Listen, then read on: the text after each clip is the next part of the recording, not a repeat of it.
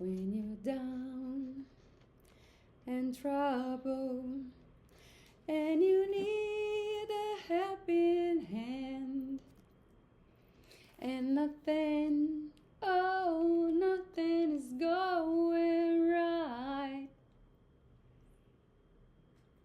Close your eyes and think of me, and soon I will be there to brighten up even your darkest night. You just call out my name, and you know wherever I am, I'll come running, oh yeah, babe, to see you again. Oh baby, don't you know about winter, spring, summer, or fall? All you got to do is call, and I'll be there, yes I will. You got a friend. Acordei com essa música na cabeça. Vamos continuar? A gente parou com as meditações do livro de Santa Teresa de Jesus, o livro da vida. E o 26º capítulo, ela prossegue no mesmo assunto, narra certos acontecimentos que a levaram a perder o temor e a afirmar ser bom o espírito que lhe falava. Antes de dar prosseguimento aqui nas narrativas dela, eu te convido a um Pai Nosso. Pai nosso que estais nos céus, santificado seja o vosso nome. Venha a nós o vosso reino, seja feita a vossa vontade, assim na terra como no céu. O pão nosso de cada dia nos dai hoje, perdoai as nossas ofensas, assim como nós perdoamos a quem nos tem ofendido. Não nos deixes cair em tentação, mas livrai-nos do mal. Amém. Ave Maria, cheia de graça, o Senhor é convosco. Bendita sois vós entre as mulheres, e bendito é o fruto do vosso ventre, Jesus. Santa Maria, Mãe de Deus, roga a Deus por nós, pecadores, agora e na hora de nossa morte. Amém. Glória ao Pai, ao Filho e ao Espírito Santo, assim como era no princípio, agora e sempre, e por todos os séculos dos séculos. Amém. Considero uma das grandes graças que o Senhor me tem feito este ânimo de que me deu contra os demônios. Andar a uma alma covardada e receosa de alguma coisa que não seja ofender a Deus é grande inconveniente, pois temos um Rei todo-poderoso e tão grande Senhor que tudo pode e a todos submete. Não há que temer, como disse. Se andamos com verdade e com reta consciência na presença de Sua Majestade. Para isso, repito, quisera todos os temores, para não ofender em nada aquele que instantaneamente nos pode aniquilar. Desde que Sua Majestade esteja contente conosco, não há adversário que não saia confuso. Poderá alguém dizer que realmente é assim, contudo, não deixa de temer ao considerar qual será a alma tão reta em que tudo e inteiramente contente o Senhor. Não será certamente a minha, que é muito miserável, sem proveito e cheia de 1000 misérias. Contudo, Deus leva em conta nossas fraquezas e não é rigoroso como os homens. Por sinais inequívocos, a alma sente quando ama de verdade ao Senhor. Chega a este grau, o amor não anda dissimulado como no princípio, senão com grandes ímpetos e desejos de ver Deus, como já disse. E direi depois, tudo cansa, tudo enfastia, tudo atormenta. Se não é com Deus ou por Deus, não há descanso, que não lhe seja cansaço, porque a alma se vê privada de seu verdadeiro repouso. É, pois, coisa muito evidente e não sofre dissimulação. Aconteceu-me outras vezes a respeito de certo negócio. Só fazendo um adendo aqui, porque tá no apêndice aqui nas notas. A fundação do convento de São José de Ávila, que ela se refere aqui do tal negócio. Aconteceu-me outras vezes a respeito do certo negócio que mais tarde revelarei. Ver-me acabrunhada com grandes tribulações e murmurações de quase toda a cidade onde estou e de minha ordem. Aflita com muitas razões para me inquietar, disse o Senhor. Que temes? Não sabes que sou poderoso? Cumprirei o que te prometi. Efetivamente, tudo depois se realizou, ficando eu logo com tal fortaleza, que novamente me animaria a outros empreendimentos para o servir, ainda que me custassem maiores sofrimentos e me expusesse a novos padecimentos. Isso ocorreu tantas vezes que não as poderia contar. Repreendia-me e frequentemente ainda me repreende quando caio em imperfeições e de tal modo que a alma fica aniquilada. Ao menos estas repreensões trazem consigo a emenda, por Sua Majestade dar o conselho e o remédio. Em outras ocasiões, o Senhor me traz à memória os pecados passados, especialmente quando quer fazer-me alguma graça assinalada. Parece a alma ver-se no verdadeiro juízo. A verdade se lhe apresenta tão claramente que não sabe onde há de esconder. Por vezes avisa-me de haver perigos para mim e para outras pessoas. Muitos acontecimentos me foram anunciados com antecedência de 3 ou 4 anos e sempre se realizaram. Poderia indicar alguns. Há tantas provas que tais palavras vêm de Deus, que, a meu ver, não se pode deixar de reconhecer a sua ação. O mais seguro é o que faço. Não deixo de abrir toda a minha alma e comunicar as graças que o Senhor me faz a algum confessor que seja douto e a este obedeço. Sem isto, eu não teria sossego, nem é razoável que o tenhamos. Nós que somos mulheres e sem estudos, e assim não pode haver prejuízo, senão proveito. Isto o Senhor me tem dito muitas vezes. Tinha um confessor que muito me mortificava e em certas ocasiões chegava a afligir-me e causar-me grande tormento, inquietando-me bastante. Contudo, foi, ao meu parecer, aquele com o qual mais aproveitei. Ainda que lhe dedicasse muito afeto, tinha algumas tentações de o deixar. Parecia-me que estas tentações impediam-me de fazer oração. Cada vez que me envolvia a isto, era-me logo dito que não o fizesse, com uma repreensão que me aniquilava mais do que tudo quando fazia o confessor.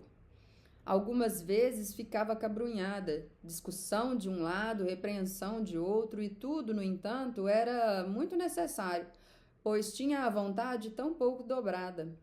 Disse-me o Senhor numa ocasião: não é obediente quem não está disposto a padecer. Pusesse eu os olhos no que ele havia padecido, e tudo se me tornaria fácil.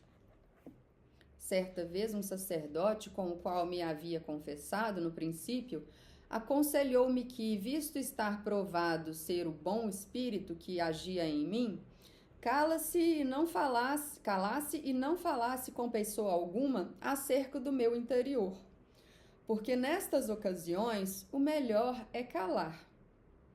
Não me pareceu mal o conselho. Sentia tanto, sempre que falava ao confessor, sobre os favores recebidos e ficava tão envergonhada que me custava muito mais contá-los do que confessar pecados graves. Especialmente tratando-se de tão grandes graças, parecia-me que não me havia de crer que zombariam de mim. Sentia tanto isso porque parecia desacato às maravilhas de Deus e por esta razão quisera mantê-las ocultas. Compreendi então que tinha sido muito mal aconselhada por aquele confessor e de nenhum modo devia calar coisa alguma a quem me confessava, porque nisto havia grande segurança, e fazendo o contrário, poderia alguma vez enganar-me. Sempre que o Senhor me determinava uma coisa na oração e o diretor espiritual me mandava outra, tornava o mesmo Senhor a falar, ordenando-me que obedecesse ao seu representante. Sua Majestade depois o mudava, para que me desse nova ordem conforme a sua. Quando se proibiu a leitura de vários livros em castelhano, lamentei muito. A leitura de alguns desses livros deleitava-me e não poderia mais fazê-lo por serem em latim os livros permitidos. Disse-me o Senhor: não tenhas pena de que te darei livro vivo. Disse-me o Senhor: não tenhas pena que te darei livro vivo. Não pude entender o sentido dessas palavras, pois ainda não tinha tido visões. Poucos dias depois o entendi muito bem. Tenho achado tanto em que pensar e me recolher no que vejo em redor de mim, e o Senhor tem tido tanto amor para comigo, ensinando-me de várias maneiras que muito pouca ou quase nada, nenhuma necessidade tenho de livros. Sua Majestade tem sido o livro verdadeiro onde tenho visto as verdades. Bendito seja tal livro que deixa impresso o que se há de ler, e o Senhor... Sua Majestade tem sido o livro verdadeiro onde tenho visto as verdades. Bendito seja tal livro que deixa impresso o que há de se ler e fazer, de maneira que não se pode esquecer. Quem pode contemplar o Senhor coberto de chagas e aflito com perseguições, sem que as abrace, ame e deseje? Quem, vendo algum vislumbre da glória que dá aos que o servem, não reconhecerá quem é nada tudo quanto se faz e padece, pois esperamos tal prêmio? Quem pode contemplar os tormentos que réprobos sofrem, sem meditar que todos os sofrimentos da terra, sem sua comparação, se tornam deleites, e sem reconhecer o muito que se deve ao Senhor por tê-lo livrado tantas vezes daquele lugar? Como, porém, com o favor de Deus, falarei muito mais este assunto. Quero prosseguir narrando minha vida. Praz ao Senhor que tenha sabido explicar-me nisto que ficou dito. Estou bem certa de que quem tiver experiência entenderá e verá que consegui dizer alguma coisa. Quem não a tiver, não estranhará e considerará tudo um desatino. Basta ser dito por mim, para ficar desculpado quem assim julgar, e não o culparei eu. Conceda-me o Senhor a graça de acertar com o cumprimento da sua vontade. Amém. 27º capítulo. O Senhor manifesta à alma sua vontade sem falar e relata a grande graça que lhe fez o Senhor numa visão não imaginária. É muito importante este capítulo. Volto, pois, à narração de minha vida. Andava acabrunhada pelos sofrimentos e fazia muitas orações para que o Senhor me conduzisse para outro caminho que fosse mais seguro. Visto afirmarem ser tão suspeito o que eu seguia. Verdade é que, embora eu suplicasse a Deus, por muito que quisesse desejar outro caminho, como via a minha alma bastante melhorada, não estava em minhas mãos desejá-lo. Excetuo algumas vezes em que me sentia atormentada pelo que os outros diziam e pelos receios que me inspiravam. Vendo-me inteiramente transformada, como podia desejar outra coisa? Só me restava abandonar-me nas mãos de Deus, pedindo-lhe que cumprisse em mim a sua vontade em tudo, pois ele sabia o que me convinha. Via que pelo atual caminho era eu levada para o céu e que pelo outro ia para o inferno. Forçar-me a desejar este e achar que era o demônio, eis o que eu não conseguia, nem estava em minhas mãos querê-lo, embora fizesse o possível para o crer e desejar. Pus-me a oferecer nesta intenção tudo quanto fazia em matéria de boas obras. Recorri aos santos de minha devoção para que me livrassem do demônio. Fazia novenas e encomendava-me a Santo Hilarião, ao anjo São Miguel, pelo qual tomei grande devoção, e importunava muitos outros santos para que, por sua intercessão, o Senhor me esclarecesse.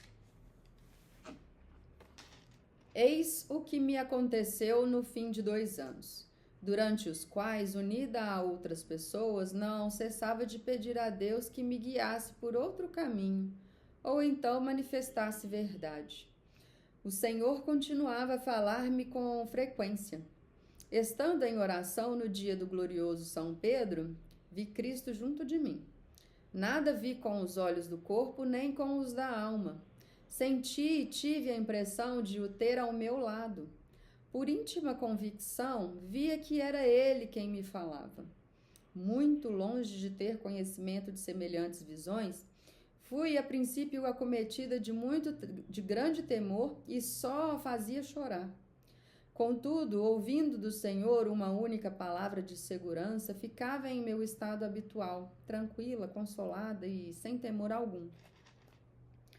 Cristo parecia andar sempre ao meu lado. Sentia muito claramente estar ele sempre à minha direita e presente em todos os meus atos. Não via em que forma, não por ser visão imaginária.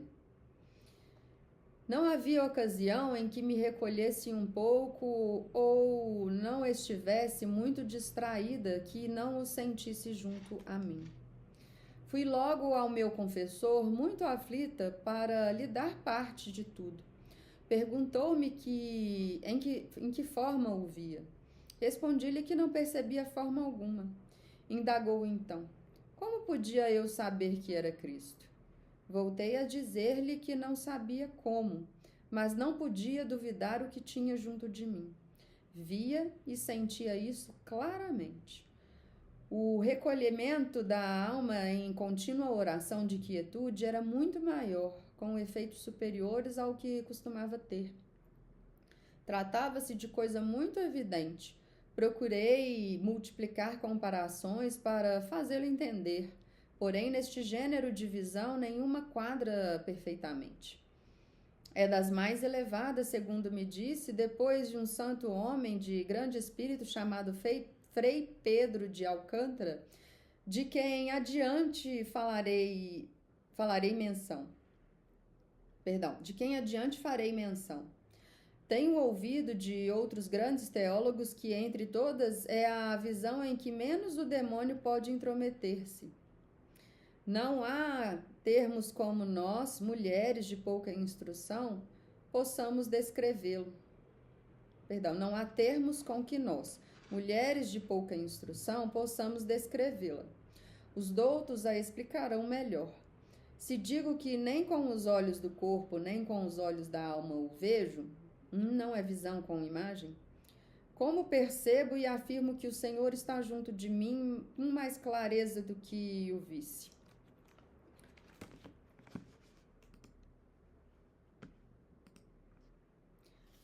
Não esclarece bem a comparação se eu disser que é como uma pessoa às escuras ou cega, que não vê outra coisa que tivesse ao seu lado. Há alguma semelhança, não muita, porque em tal caso é possível percebê-la com os sentimentos, ouvi-la falar ou mexer ou mesmo tocá-la. Aqui nada disso ocorre, não reina a menor escuridão. Esta presença é como uma notícia anunciada à alma, mais clara que o sol. Não digo que se veja o sol ou claridade alguma. É luz que, sem manifestação sensível, ilumina o intelecto que para que a alma se regozije imersa em tão grande bem, traz consigo incontáveis benefícios. Esta presença não é semelhante à que as almas sentem na oração de união e de quietude. Nesta outra, assim que começamos a orar, parece que achamos com quem falar. Pelos efeitos e sentimentos espirituais da grande fé, amor e resoluções cheias de ternura, sabemos que nos ouve. É grande graça de Deus e quem a receber tenha em grande apreço, porque se trata de oração muito elevada. Não é ainda visão, pelos efeitos que produz na alma. Percebe-se que Deus está ali. Sua Majestade quer dar-se a sentir por esse modo. Aqui vemos com evidência que Jesus Cristo, Filho da Virgem, está presente. Na oração de união manifestam-se apenas umas influências de divindade. Aqui, junto com elas, vemos que a humanidade sacratíssima também nos acompanha e quer conceder graças. Perguntou-me ainda o confessor: quem disse que era Jesus Cristo? Ele o disse muitas vezes, respondi, mas antes que o diga, imprime-se no meu pensamento que é ele. Nos favores recebidos anteriormente, embora o afirmasse, eu nada via. Se uma pessoa que eu nunca tivesse visto e só conhecesse pela fama, viesse falar-me estando eu cega, ou em grande escuridão, e me dissesse quem era, crê-lo-ia, não com tanta certeza como se a visse. Aqui sim. Ainda que não se veja, a presença se grava em nós tão claramente que exclui qualquer vacilação. O Senhor deseja que isto fique tão impresso no intelecto que não se pode duvidar. É tanta certeza como se tivesse visto e ainda mais. Algumas vezes fica a suspeita de ter sido imaginação o que vimos. Mas aqui, ainda que possa ocorrer algum receio, por outro lado, é tão grande a convicção que a dúvida se desvanece. Assim acontece também com outra maneira pela qual Deus ensina a alma e lhe fala sem palavras. É uma linguagem tão celestial que mal se pode dar a entender. Por mais que se explique, se o Senhor não o ensina por experiência, Sua Majestade põe no interior da alma o que lhe quer dar a entender. E aí se lhe representa pelo mesmo modo da visão anterior, sem imagem, sem palavras formuladas. Note-se muito esta maneira que Deus se serve para que a alma entenda a sua vontade, lhe revele grandes verdades e mistérios. Muitas vezes, quando o Senhor me explica alguma visão, que se dignou conceder-me, é para me fazer entender o que Ele quer de mim. Parece-me que é onde o demônio menos se pode intrometer, pelas razões ditas. Se não são boas, devo estar enganada. Esse modo de visão e de linguagem é puramente espiritual. Não há manifestação alguma nas faculdades e nos sentidos. De modo que o demônio não pode conhecer o que se passa na alma. Raramente é como brevidade e acontece que as faculdades e os sentidos fiquem suspensos, mas, em geral, parece que suas atividades não estão suspensas, pelo contrário, são bem presentes. Com efeito, essa espécie de visão ocorre rarissimamente durante a contemplação, e então, de nossa parte, nada podemos fazer. Tudo é obra do Senhor. É como se fizéssemos no estômago um alimento... É como se sentíssemos no estômago um alimento sem o ter comido. Percebemos que está ali, mas ignoramos o que é, não sabemos os pôs ali. Percebemos que está ali, mas ignoramos o que é e não sabemos quem o pôs ali. No caso de visão fora de contemplação, conhecemos muito bem sua origem, mas o que não se ignora é a maneira como puseram o alimento no estômago. Não sabemos, nem o vimos, nem o entendemos. Quanto a mim, jamais pensei em desejar tal graça e nunca me passou pela ideia de que isto pudesse acontecer. Nas palavras de que antes tratei, Deus força a atenção do intelecto. Nas palavras de que antes tratei, Deus força a atenção do intelecto a fim de que compreenda o que lhe diz. Parece que a alma tem outros ouvidos com o que ouve e é obrigada a escutar sem se distrair com uma pessoa que ouvisse bem e a que não sentissem tapar os ouvidos.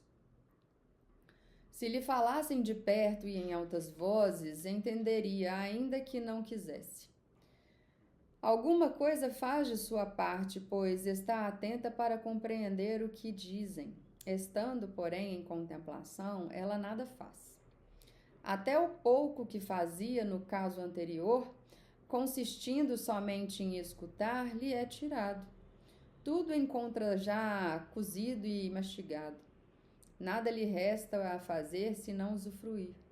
É como alguém que, sem ter aprendido nem se esforçado para saber ler, nem estudado coisa alguma, achasse em si adquirida toda a ciência. Sem saber como e donde lhe vejo, pois jamais aprendeu sequer o ABC. Esta última comparação parece-me explicar em parte este dom celestial. De um momento para o outro, a alma se vê sábia e tão instruída sobre o mistério da Santíssima Trindade e outras coisas muito elevadas que não há teólogo com que não se atrevesse a argumentar sobre a verdade destas grandezas. Fica tão espantada que basta uma graça destas para transformar inteiramente e fazer com que já não ame senão a Deus. Bem vê que, sem cooperação alguma de sua parte, ela a torna capaz de tão grandes bens. Comunica-lhe tais segredos e a trata com tanta ternura e amor que é impossível descrever. Com efeito, algumas graças chegam a causar suspeita por serem tão admiráveis e feitas a quem tão pouco tenhas merecido. Se não houver fé muito viva, não se poderão crer. Assim é que tenciono referir algumas graças que o Senhor me tem feito. Se não me ordenarem outra coisa, direi apenas umas visões que podem ser proveitosas, para que não se surpreenda quem as receber de Deus, parecendo-lhe impossível como eu fazia. Servirão também para explicar o modo e o caminho por onde o Senhor me tem conduzido. Porquanto é isto o que me ordenaram escrever. Tornando agora a esta maneira de entender, parece-me que por todos os meios o Senhor quer transmitir a esta alma algum conhecimento do que se passa no céu. Lá não há necessidade de palavras para todos se entenderem, o que eu não sabia, até que o Senhor, por sua bondade, quis que eu o visse, mostrando-me num êxtase. O mesmo acontece aqui. Deus se entende com a alma, só porque Sua Majestade o quer. Sem outro artifício, estes dois amigos manifestam um ao outro o recíproco amor que têm. Acontece como no mundo. Quando duas pessoas se querem muito e se entendem bem, até por sinais, só com o olhar, parece que se compreendem. Se não me engano, é o que corre neste caso. Sem o vermos nós, estes dois amantes se fitam face a face, segundo diz o esposo e a esposa nos cantares. Ao que creio, ouvi citar este trecho. Cânticos 4:9. Ó benignidade admirável de Deus, que assim vos deixais olhar por uns olhos que se empregaram em tanto mal, como são os de minha alma. Vendo-vos, Senhor, acostumam-se a não olhar coisas vulgares, nem achar contentamento algum fora de vós. Ó ingratidão dos mortais! A que ponto há de chegar? Sei que, por experiência, é verdade o que digo. Ser bem pouco o que se pode dizer, e ser bem pouco o que se pode dizer do que fazeis com uma alma... A que ponto há de chegar? Sei por experiência ser verdade o que digo, e ser bem pouco o que se pode fazer do que fazeis com uma alma que elevais a tão estado. Ó almas que começastes a ter oração, e vós que tendes verdadeira fé. Tendo em minha vista só a felicidade nesta vida, que bens podereis buscar que sejam semelhantes ao menor destes bens? sem falar no que se ganha para a eternidade. Vede, é muito certo que Deus se dá aos que tudo deixam por ele. Não faz distinção de pessoas, a todos ama. Ninguém se pode excusar, por pior que seja, começando por mim, pois assim o Senhor fez comigo, trazendo-me a tal estado. O que digo é que é nada em comparação com o que se poderia dizer. Menciono apenas o necessário para fazer compreender este gênero de visão e de favor que Deus faz à alma. Não posso exprimir o que se experimenta quando o Senhor dá a entender seus segredos e grandezas. É uma felicidade superior a tudo o que se pode conceber na terra e faz com que se desprezem os gozos da vida, pois todos juntos são apenas cisco. Sinto até repugnância de os tomar aqui por termo de comparação, ainda que se goze deles para sempre. E que direi dos bens que o Senhor dá? São apenas uma só gota do rio caudaloso que nos está preparado. Digo para vergonha nossa, sim, certamente envergonho-me de mim. Se pudesse haver confusão no céu, eu lá estaria mais confusa que ninguém. Por que havemos de querer tantos bens, deleites, glórias, sem fim, tudo unicamente para a custa do bom Jesus? Não choraremos sequer, ao menos com as filhas de Jerusalém. Pois quem não o ajudamos a levar a cruz como o Cirineu? Com prazeres e passatempos havemos de usufruir do que ele nos ganhou à custa de tanto sangue? É impossível. E com honras vãs pensamos reparar um só dos desprezos que ele sofreu a fim de adquirirmos um reino eterno? Não tem cabimento. Errado este é o caminho. Por ele nunca chegaremos lá. Apregoi vossa mercê estas verdades, e a plenos pulmões diga, pois Deus me tirou o direito de pregar. Quisera eu continuamente repartir a mim mesma estas verdades. No entanto, como se verá no que escrevi, muito tarde prestei ouvidos e muito tarde atendi à voz de Deus. É para mim grande confusão falar nestes assuntos, de modo que prefiro calar. Contento-me acrescentando uma consideração de vez em quando que me vem acerca das alegrias do céu. Praz o Senhor conceder-me a graça de um dia desfrutar de tanto bem. Que glória acidental será e que contentamento dos bem-aventurados ao chegarem ao paraíso, que virem que, embora tarde, não deixaram de fazer por Deus o que estava a seu alcance, e por todos os meios possíveis nada lhe negaram, de acordo com suas forças e seu estado. Quem mais tiver feito, maior glória terá. Quão rico se achará o que deixou por Cristo todas as riquezas? Quão sábio o que se alegrou de ter tido por louco, pois assim chamaram a mesma sabedoria. Por nossos pecados, quão poucos existem agora semelhantes a eles. Sim, parece que se acabaram os que o mundo tinha por loucos, vendo neles obras heróicas de verdades amantes de Cristo.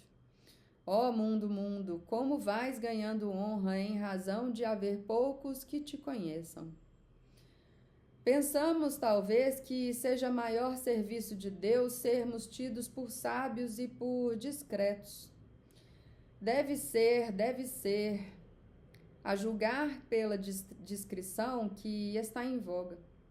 Logo imaginamos ser pouco edificante não andar com muita compostura e dignidade, pois requer o nosso estado. Até o frade, o sacerdote, a monja, consideram motivo de escândalo para os fracos usar hábitos velhos e remendados. É novidade. O mesmo dizem de andar recolhido e ter oração. O mundo está de tal forma perdido que já não se usam mais as práticas de perfeição. Os grandes fervores dos santos estão esquecidos.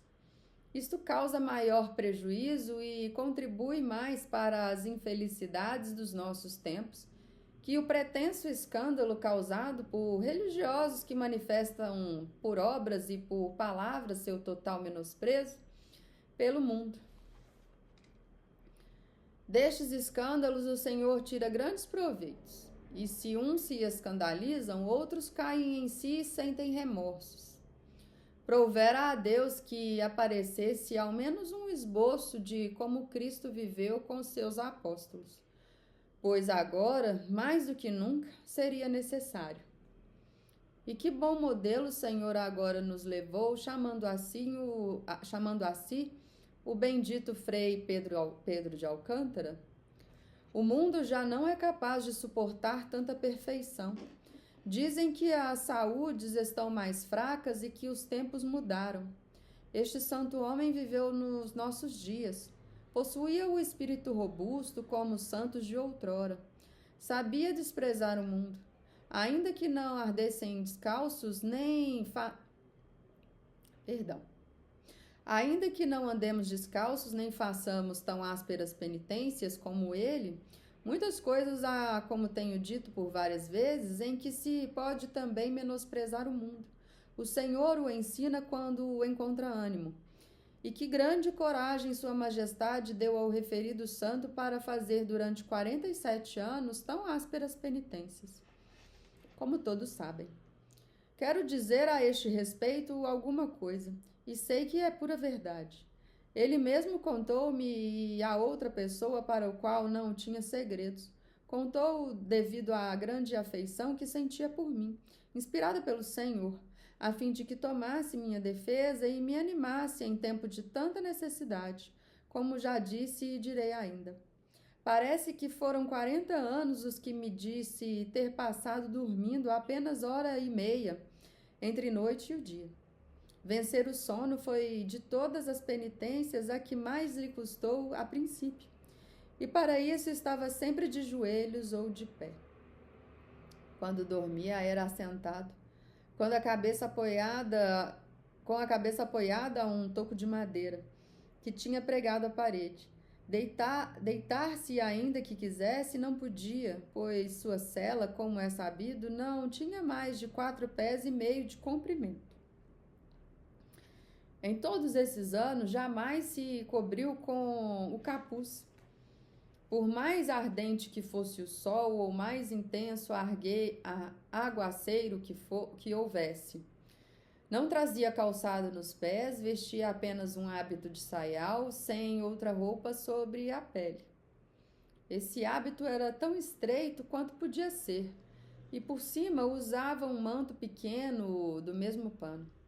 Contou-me que tirava este nos grandes frios e deixava a porta e o postigo da cela abertos para depois, pondo de novo o manto e fechando a porta, contentar o corpo e fazê-lo sossegar com algum agasalho. Era-lhe muito frequente comer só no fim de 3 dias. Perguntou-me por que razão me espantava, pois era muito possível a quem o tivesse por costume. Disse-me um seu companheiro que acontecia a este santo passar 8 dias sem comer. Devia ser quando estava em oração, pois tinha grandes arrombamentos e ímpetos do amor de Deus, como certa vez presenciei. Sua pobreza era extrema. Foi tal sua mortificação na mocidade que, segundo me contou, aconteceram-lhe viver 3 anos numa casa de sua ordem sem conhecer frade algum, a não ser pela fala, pois jamais levantava os olhos. Não sabia ir aos lugares aonde o dever o chamava, a não ser andando atrás dos outros religiosos. O mesmo lhe ocorria pelos caminhos. Jamais olhou mulher alguma durante muitos anos. Dizia-me que, quando lhe era indiferente, o ver como o não ver. Dizia-me o quanto lhe era indiferente o ver como o não ver. Era muito velho quando o conheci e não extrema a sua magreza, que parecia muito feito de raízes de árvores. Com toda esta santidade, era muito afável, embora de poucas palavras, exceto quando interrogado. Sua conversa era muito agradável, possuía um espírito encantador. Outras coisas quisera mencionar, mas receio que vossa mercê pergunte por que me intrometo em tal assunto. E foi com temor que o escrevi. Assim concluo, dizendo que seu fim foi semelhante à sua vida. Morreu pregando e admoestando os seus religiosos. Quando viu que havia chegado sua hora, disse o salmo, Laetatus sum... está em latim. Laetatus sum in ris quedita sunt rimi. Acho que a pronúncia é essa. E de joelhos expirou. A tradução é o do Salmo 121. Alegrei-me com o que foi dito.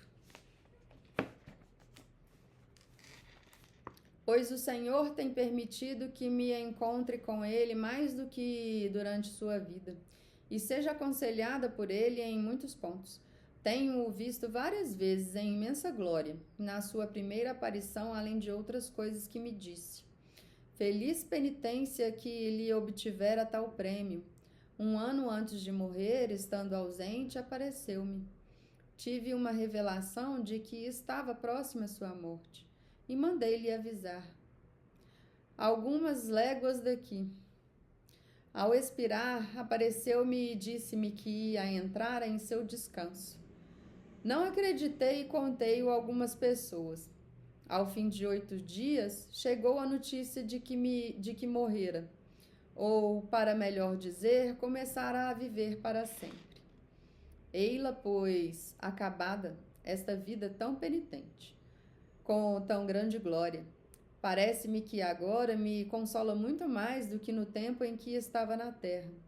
Disse-me uma vez o Senhor que concederia tudo o que pedisse em nome desse santo. Muitas coisas lhe tenho encomendado para que as peça ao Senhor, e todas tenho visto cumpridas. Seja ele bendito para sempre. Amém. Mas para que falar e estimular vossa mercê a não fazer caso das coisas desta vida, como se não o soubesse ou não estivesse determinado a deixar tudo, tendo já posto mãos à obra? É que vejo tanta perdição no mundo que é descanso para mim dizer isto, embora a ninguém aproveite, e escrevê-lo somente sirva para me dar cansaço. Contra mim é tudo o que digo. Perdoe-me o Senhor minhas ofensas nesse ponto. Perdoe-me vossa mercê, que o canse sem motivo. Disse-ia pretender eu que vossa mercê faça penitência pelo que pequei nesta matéria. E aí a gente vai iniciar o 28º capítulo no próximo vídeo. Aqui ela deixa muito claro, né, a amizade que ela travava alegremente com Nosso Senhor. Que ela relata que ela não tinha visões, né, que ela não tinha nem imaginações, mas que ela, de algum, né, do modo dela, ela o sentia muito perto. E relata também a dificuldade que ela tinha de escrever isso para as outras pessoas. É isso. Louvado seja nosso Senhor Jesus Cristo, para sempre seja louvado. Em nome do Pai, do Filho e do Espírito Santo. Amém.